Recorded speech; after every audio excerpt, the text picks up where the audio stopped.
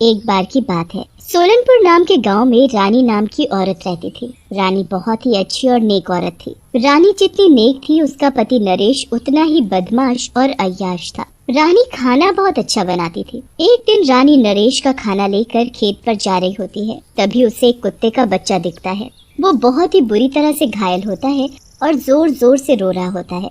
रानी उसके पास जाती है और उसे उठा लेती है। हे भगवान, इस छोटे से कुत्ते के बच्चे को कितनी बुरी तरह से मारा है, कितना डर रहा है ये। जैसे ही रानी उस कुत्ते के बच्चे को अपने हाथों में लेती है, वो रोना बंद कर देता है। ये देखकर रानी खुश हो जाती है और उसे जमीन पर रख देती है और उसे नरेश के खाने में से रोटी निकाल कर खाने को देती है। कुत्ता भी भूखा होने की वजह से रोटी खाने लगता है। ये देखकर रानी खुश हो जाती है और वहाँ से जाने लगती है, लेकिन कुत्ता रानी के पैरों से लिपट जाता है।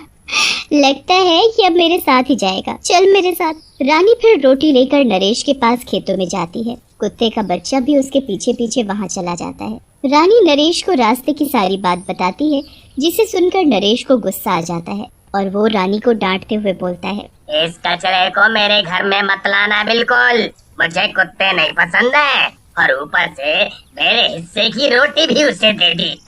ऐसा कहकर नरेश कुत्ते के बच्चे को जोर से लात मारता है। कुत्ता दूर जा गिरता है और वहाँ से चला जाता है। रानी डर के मारे नरेश से कुछ नहीं बोलती। उसी रात रानी को किसी जानवर के रोने की आवाज सुनाई देती है। रानी घर के बाहर निकलकर देखती है, वही कुत्ते का बच्चा उसके दरवाजे पर बैठा होता है। रानी उसे गोद में उठा लेती है।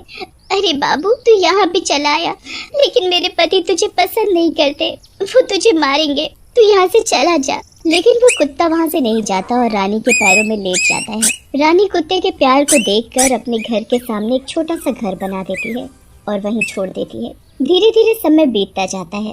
रानी भी माँ बनने वाली होती है। कुत्ते का बच्चा भी बड़ा हो जाता है। रानी उसका नाम रैम्बो रख देती है। एक दिन नरेश घर पर आता है। तुमने शराब पी है, तुम्हें पता है ना मुझे ये सब पसंद नहीं। रानी की बात सुनकर नरेश को गुस्सा आ जाता है और वो रानी के पेट पर जोर से लात मार देता है और वहाँ से चला जाता है। मुझसे जुबान लड़ाती है, तेरी इतनी हिम्मत। लात लगते ही रानी नीचे गिर जाती है और बेहोश हो जाती है। रैम्बो ये सब घर के बाहर से देख रहा होता है। नरेश के बाहर जाते ही वो रानी के पास आता है और जोर जोर से भौंकने लग जाता है।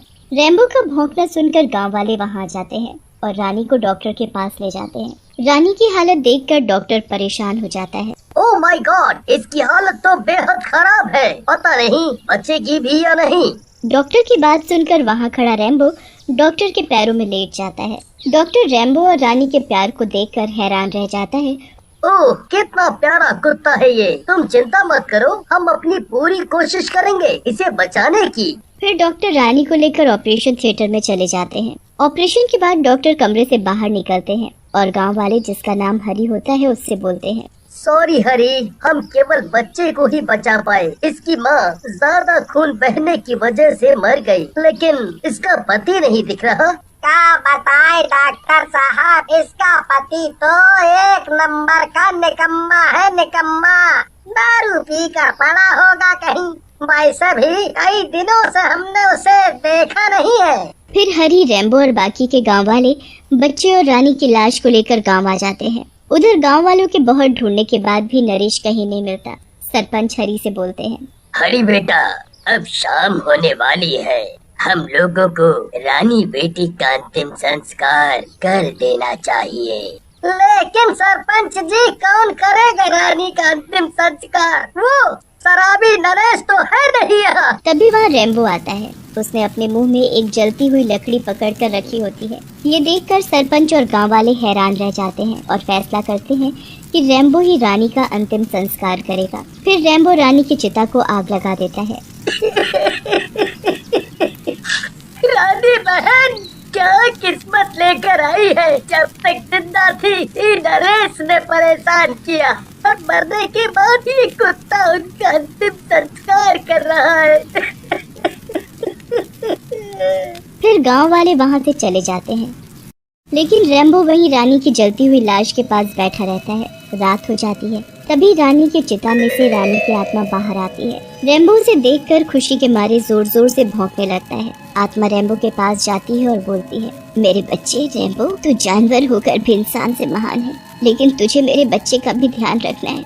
वो नरेश मेरी तरह उसको भी मार सकता है। जा तू और मेरे दूसरे बेटे का ध्यान रख। ऐसा कहकर रानी की आत्मा वहाँ से गायब हो जाती है। उधर कई दिन बीत जाने के बाद नरेश वापस गाँव आता है। उसके साथ एक औरत होती है जिसका नाम कामिनी होता है। नरेश घर के अंदर जैसे ही घुसता है, वहाँ हरी और रेम्बो उसके बेटे के साथ बैठे होते हैं। नरेश को देखकर रेम्बो जोर जोर से भौंकने लगता है। ये कुत्ता यहाँ अंदर क्या कर रहा है? मैं कुछ दिन घर पर नहीं था तो ये कुत्ता घर के अंदर ही आ गया। हरी नरेश से बोलता है, ये सब क्या है नरेश? तुम्हें पता है ना, रानी मर गई है और ये तुम्हारा बच्चा है। कहाँ थे तुम अब तक? हरी की बात सुनकर नरेश हंसने लगता है और बोलता है,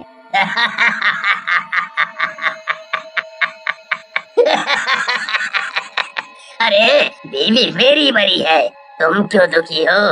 अच्छा हुआ मर गई। मैं तो वैसे ही अपनी कामिनी से शादी करने वाला था और ये पता नहीं किसका बच्चा है।